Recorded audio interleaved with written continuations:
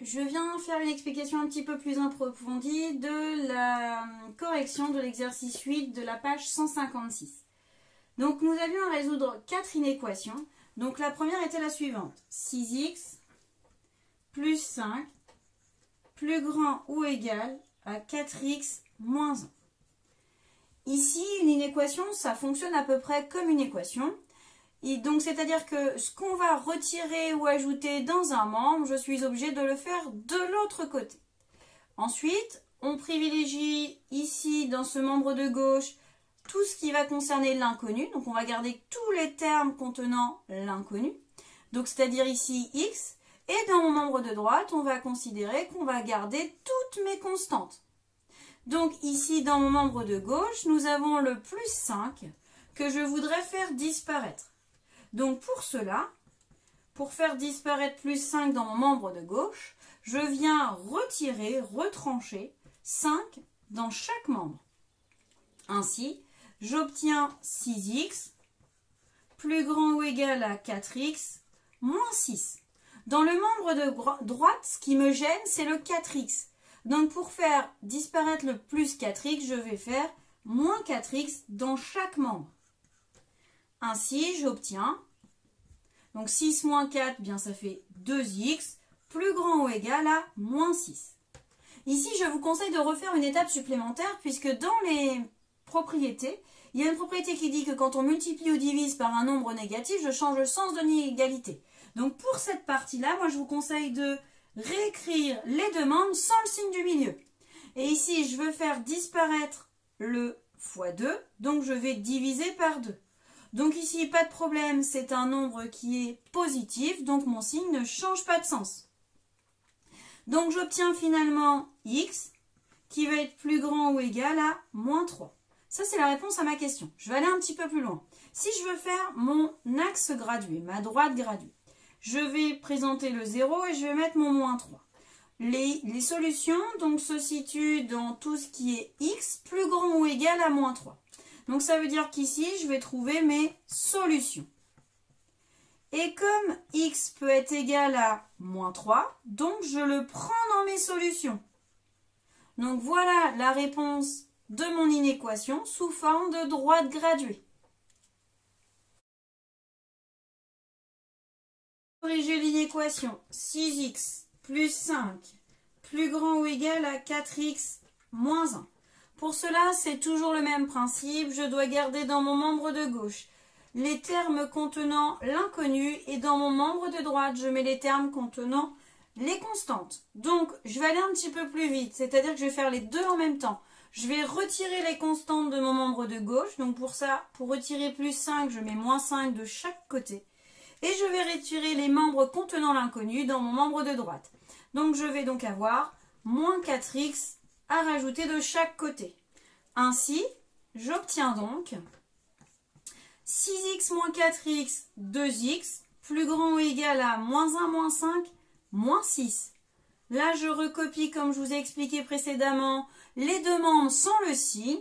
Ici, je veux faire disparaître le coefficient qui est 2. Donc, comme je veux faire disparaître fois 2, donc je divise par 2 chaque membre. Et donc, comme le nombre est positif, je ne change pas le sens de l'inégalité. Et j'obtiens x qui est plus grand que moins 3. Je vais représenter mes solutions sur une droite graduée. Donc, je viens mettre mon 0 et le moins 3. Ici, je veux que mes x soient plus grands ou égal à moins 3.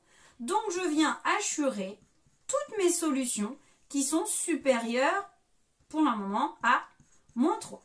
Mais elles sont aussi égales puisque j'ai un égal ici.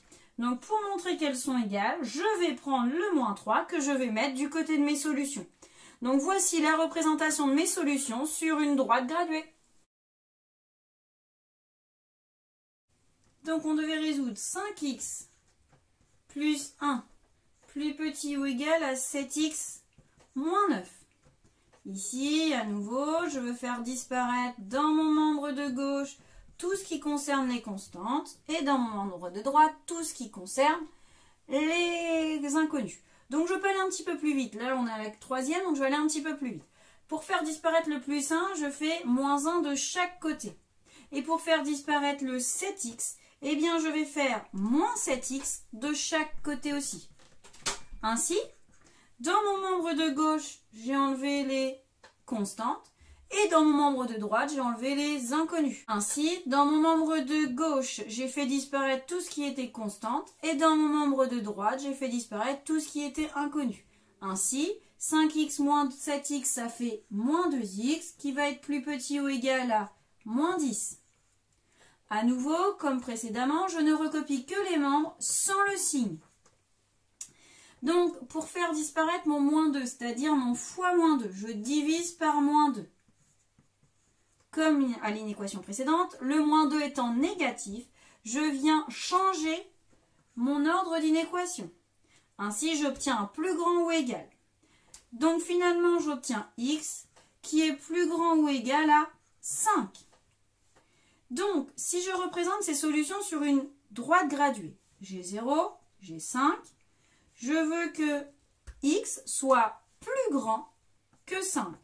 Mais cette fois, il est égal à 5, puisque j'ai un petit égal sous mon plus grand. Donc, je vais prendre le 5 du côté de mes solutions. Voici la représentation sur une droite graduée. Je viens résoudre la dernière inéquation qui était moins 8x plus 1 plus grand que 5x moins 3.